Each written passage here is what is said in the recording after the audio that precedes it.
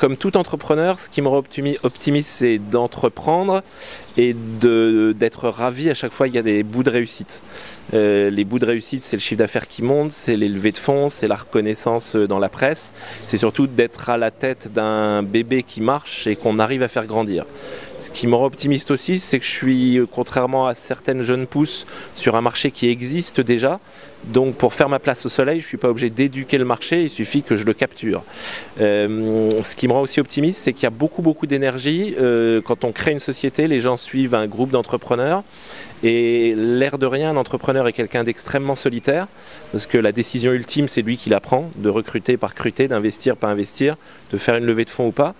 Et vous vous rendez compte que dans votre sillage, il y a des gens qui nagent, qui profitent un peu comme des dauphins, qui profitent du sillage, mais qui en fait font avancer la boîte. Donc ce qui me rend vraiment optimiste, c'est les équipes, les gens qui sont capables de se fédérer autour d'un projet et de faire avancer les choses ensemble. Quand on parle de la crise aux États-Unis, c'est toujours oui, il y a une crise, mais c'est pas grave, on va s'en remettre.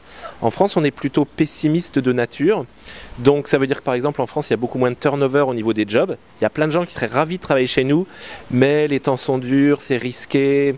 Donc la prise de risque qui va avec l'optimisme, parce que on essaie et puis on accepte de se planter, est quand même pas très drôle en France. Ça veut dire aussi que globalement c'est plus dur de recruter des gens, c'est plus dur de les convaincre, que ce soit au niveau des venture capitalistes d'ailleurs. Je pense que le côté capital risque en France, on devrait appeler ça venture et non pas risque, parce que les ventures ne prennent plus beaucoup de risques. Donc l'américain est naturellement optimiste et le français est souvent assez défaitiste, ce qui fait qu'on a une culture de l'échec qui est complètement différente. Aux États-Unis, quelqu'un va vous dire volontiers, j'ai créé une boîte il y a 2 ans, je l'ai plantée, j'en remonte une autre. En France, généralement, on va essayer de cacher dans son CV ses échecs. Créer une entreprise aux États-Unis, ça prend entre 10 et 20 secondes, à peu de choses près. Donc il suffit si on n'a pas d'employé, il suffit de se faire une carte de visite et c'est fini. Vous oubliez les déclarations de TVA, vous oubliez tout le reste.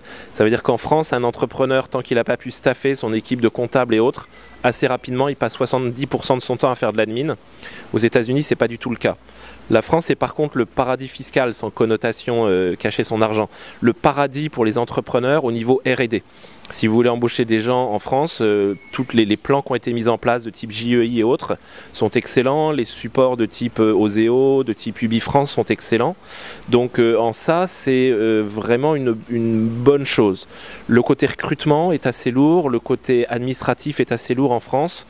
Le côté impôt, là encore, quand on est JEI, c'est plutôt assez agréable. Donc l'idéal pour moi, c'est d'embaucher les ingénieurs. La France est un pays d'ingénieurs, moi le premier d'ailleurs, et là où on est ce soir, c'est un pays d'ingénieurs.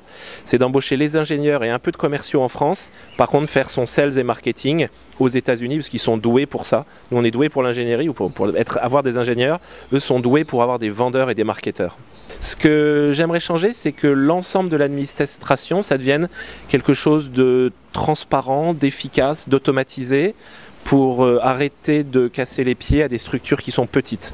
C'est-à-dire que nous, pour des raisons de législation, on a été obligé de créer une SA, en plus à directoire et conseil de surveillance. C'est globalement, quand je navigue au niveau administratif, je suis dans une régate. Mes collègues américains, ils ont des Hobby 4 et moi, j'ai le porte-avions Charles de Gaulle. Avec 2 problèmes, c'est que déjà, il est toujours en panne et que le deuxième, c'est que pour prendre les virages au moment de la bouée, ça ne le fait pas par rapport à un Hobby 4. Donc j'aimerais que ça devienne léger, simple, transparent, avec des structures qui dépendent de la taille des entreprises et non pas que l'ensemble de mon administration soit la même que celle de Thales, par exemple.